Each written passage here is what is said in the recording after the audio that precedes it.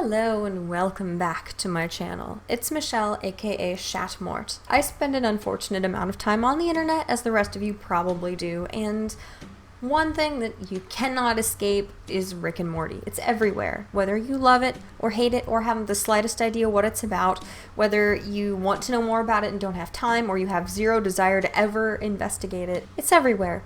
Absolutely everywhere. Everyone is talking about it, everyone is referencing it.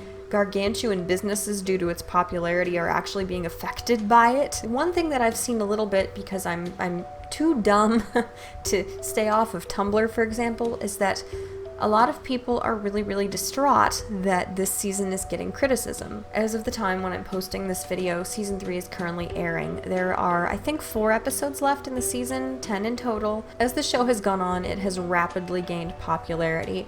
At first just because it was so good, and now I think a lot of the reason is because if you were like a branding person, if you're in PR, you almost need to watch it, just because Rick and Morty affect so much of our culture, and nobody is safe from any of the dumb jokes. You know, fans are going to constantly barrage you with all of these references from the show that have to do with your business, even though they literally have nothing to do with your business and you have no control over them. A lot of people are watching it now because you kind of have to. Like, it's hard to get through a conversation with somebody my age without there being Rick and Morty referenced at least once. You know, it's almost become like, it's become a standard. It's become a mandatory part of socialization in like westernized culture.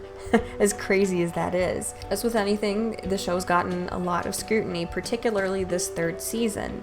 The first couple episodes, at least, on Adult Swim and Rick and Morty's official like Facebook pages, if you would go through the comments, they were nothing but criticism. Everybody has been definitely kind of polarized as far as their reactions to this season.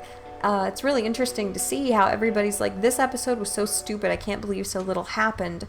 And because so many people are criticizing the episodes so far this season, there's of course been a loud group of people on the opposite side of the issue who are disgusted that anybody would be so critical of season 3. What I keep seeing is that people think that the reason anybody is critical or skeptical of season 3 is because women are writing a lot of this season. I will concede that it does feel a little bit like the staff is pandering by constantly sort of bragging about how much of the staff is female and how many of the writers and storyboard artists, etc., for Rick and Morty are female. It does come off as a little bit like pandery to me, a little bit heavy-handed, if you will. But the idea that this is the only reason why anybody dislikes the season is absurd. I think a lot of people don't even pay attention to who writes it. Sure, the people who are very dedicated fans to the show pay attention to who wrote each episode, you know, who the guest stars are in each episode. They may look into the storyboarders to see their Tumblrs or their Twitters to see what the people on the staff have to say.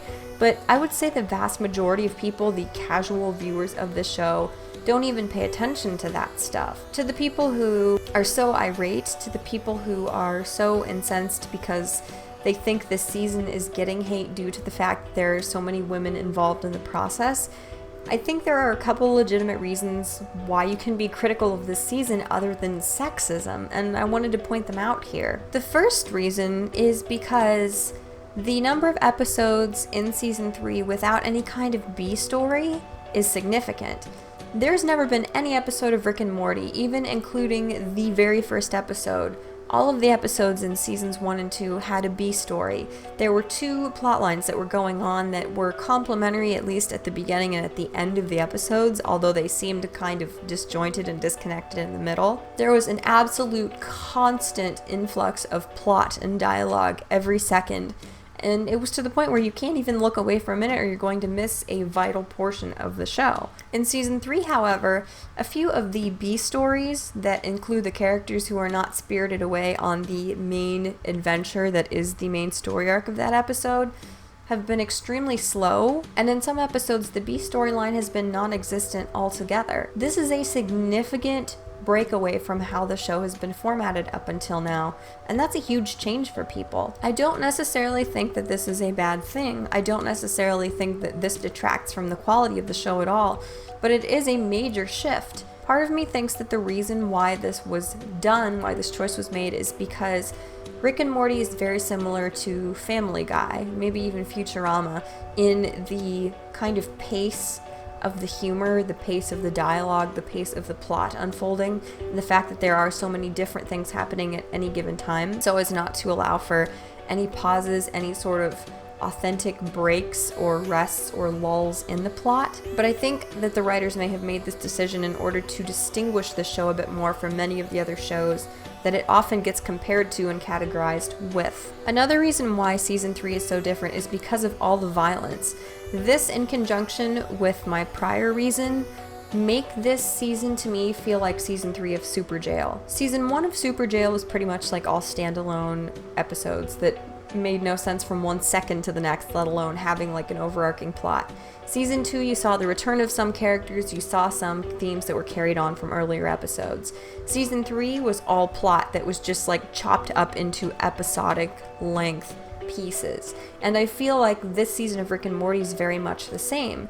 Every episode is heavy plot, not all of it is levity, not all of it is absurdity, despite the fact that those elements still remain.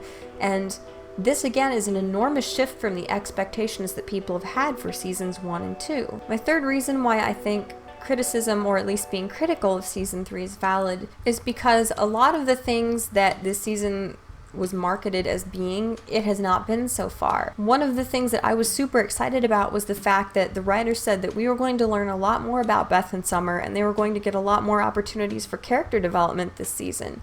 And that has not happened whatsoever so far. If anything, Beth has become far less likable this season, which is hard for me because she's one of my favorite characters, and I was thrilled to be able to learn more about her, which I thought we were going to do.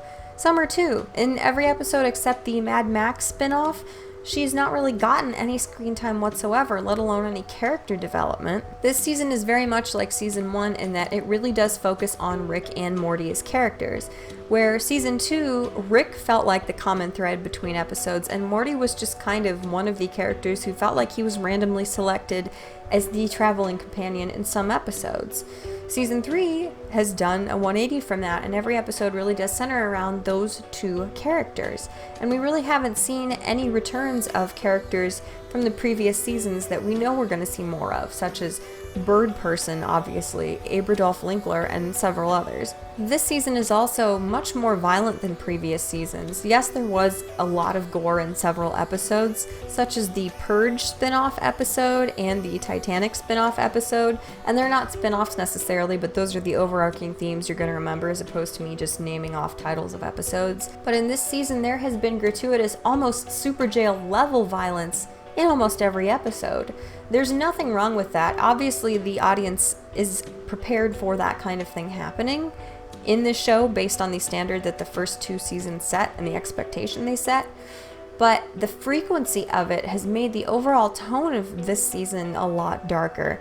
And again, that's a deviation from what we are expecting and what we're used to as avid fans of the show. One more thing I want people to think about is that Rick and Morty is so packed full of jokes, of puns, of references to prior episodes, of obscure references to old science fiction stuff, of philosophy references, of a lot of psychology references, that you have to watch each episode several times to catch every joke, unless you're like a savant who has a photographic memory and one of the fastest brains in the world. There's no way that you're going to catch everything said in each episode until you've watched it several times. And if you're anything like me, you've seen every episode several times. I think I've seen each episode like 4 times. Think about how much more you can digest when you've viewed an episode of Rick and Morty multiple times as opposed to the first time. For me, this is the first season I'm watching live because I got into it after seasons 1 and 2 were already released. So this is the first time I've actually watched these episodes without any pausing, without getting to kind of sit down and digest what I want, replay pieces. This is the first season where I'm sitting down, watching the whole thing, commercial breaks, and then that's it. It's extremely different the first time you watch an episode of something or the first time you watch anything, as opposed to subsequent viewings of that thing. Think about how different your reaction may be the first time you watch an episode as opposed to multiple times when you start catching all of those references that you missed the first time and you start kind of comprehending the overarching plot more because you're not stuck there without any idea of what to expect or anticipate next. I think a lot of the people who dislike this season or are not necessarily pleased with it so far, or who have any criticism of it whatsoever, may be like me, where you've seen the other episodes so many times that they're kind of immortalized and they've kind of become like iconic and beyond reproach in your mind. With this third season, unless you're watching them illegally or you're DVRing them, you're not really getting the opportunity to rewatch them and to digest them and to catch things that you missed the first watch. So that's going to have a huge difference in how you respond to and how you receive the episodes. I don't want to give the impression that I think it's completely impossible for there to be people out there who are just kind of grossed out by the fact that women have written at least half of the episodes in this season, but I think that's a minuscule minority. You can be critical of this season of Rick and Morty. You can be critical of anything without necessarily disliking it and without it necessarily having to do with the fact that there may be as many women or more women than men who are working on the production of it in every aspect and every stage. I just wanted to say this because I am one of those people, obviously, who is very much in the fandom, I would say, of Rick and Morty. I play Pocket Mortys. I have a ton of the Pocket Morty pins. I have like probably 7 Rick and Morty shirts, and I actually write fan fiction about the show as well as drawing fan art of it. I'm a huge fan of this show, and I don't like seeing people who are completely disgusted and disheartened. As with everything, making sweeping generalizations is not a good idea, even if you've seen several examples of the thing that you are assigning as the stance that everybody else is taking. Please don't be discouraged, and please be careful when passing judgment on a whole group of people, especially when it makes it easy to dismiss their opinion that you disagree with as completely wrong or irrational and invalid. That's all for today. Thank you guys so much for watching. Just don't let people ruin stuff for you, and just be very careful when making sweeping generalizations. A lot of people who like the show are very much leftist, and I don't want things to be ruined for them because of their misconception twisted by politics. I don't want it to ruin Rick and Morty for anybody. I want to give a shout out to Cheesy Tits, Sauron Chick, and Kenny Jones, of course, my 3 patrons. You guys mean the world to me, and your support has made a ton of difference in my life. Thank you to all of you so much for watching, and please let me know what you think as well. If you want to, give me the reasons why you feel the way you do about Season 3, if you even watch Rick and Morty at all. Please don't forget to like and comment and subscribe if you would like to. I don't like to say that because it feels kind of condescending and self-evident, you know, kind of obvious. And if you would like to share my videos, it would mean the world to me. I am trying to grow this channel, and I would like to at least hit the 500 subscriber milestone in the next month or 2. So again, I appreciate you guys dearly. I hope you guys have a wonderful day, and I will see you again soon. Bye.